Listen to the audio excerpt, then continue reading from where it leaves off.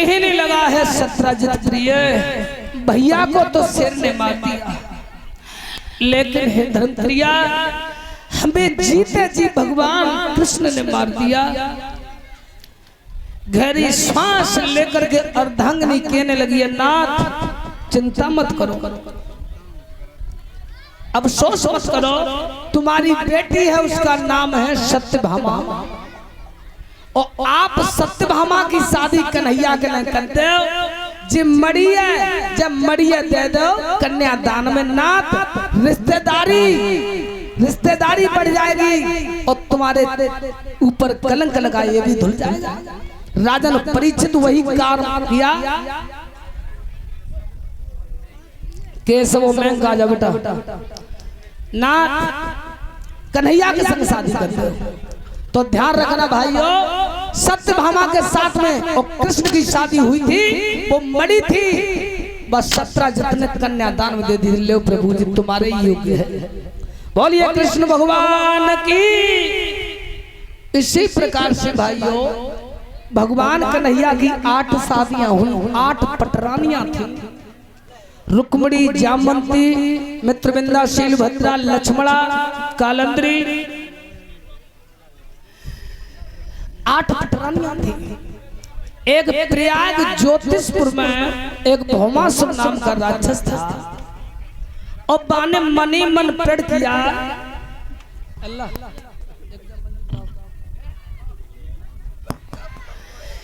उसने मन ही मन प्रण किया कि जब 20,000 लड़कियां इकट्ठी कर लेंगे तब शादी करेंगे, 16,000 तो कर लेंगे।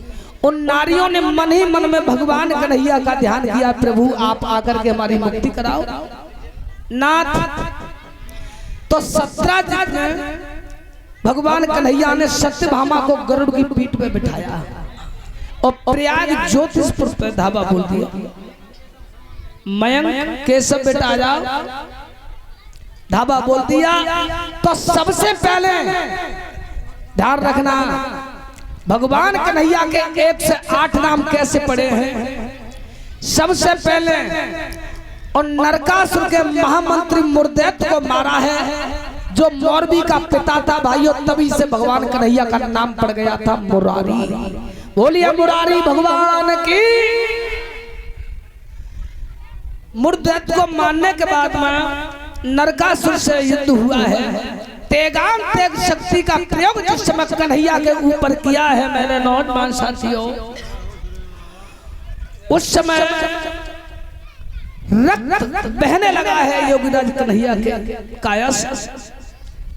दांती पीस करके सत्यभामा कहने लगी, नाथ अब भी देख रहे हो दुष्ट को मार दीजिए। भगवान कन्हैया बोले मार दे, मार दो, मार दो, मार दो,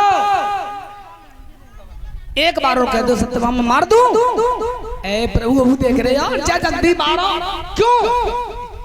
ये पृथ्वी का पुत्र था, यह वरदान था कि पृथ्वी तू जब तक नहीं कहेगी कि मेरे बेटा को मार दो तब तक कोई मार नहीं सकता इसे। और सत्यभामा थी जो पृथ्वी का अवतार थी। उसी समय भगवान कन्हैया ने सुदर्शन चक्र उंगली में धारण किया और चक्र को फेंका है नरकासुर की ओर। वो इतना वेग से सुदर्शन चक्र चला कि सर अलग धर अलग। बोलिए कृष्ण भगवान की। लेकिन परिवारी जनों ने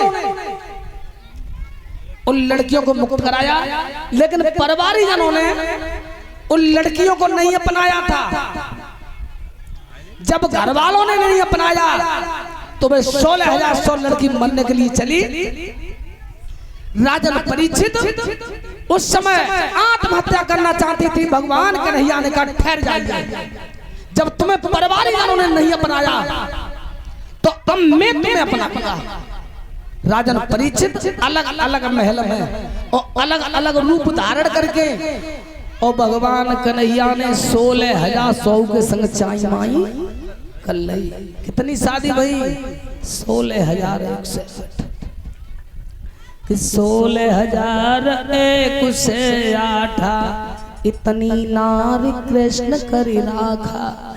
10 सूत्रान नुनी जाए संख्या श्री व्यास बताए 80 61 से 1 लाखा इतने पुत्र कृष्ण करी राखा।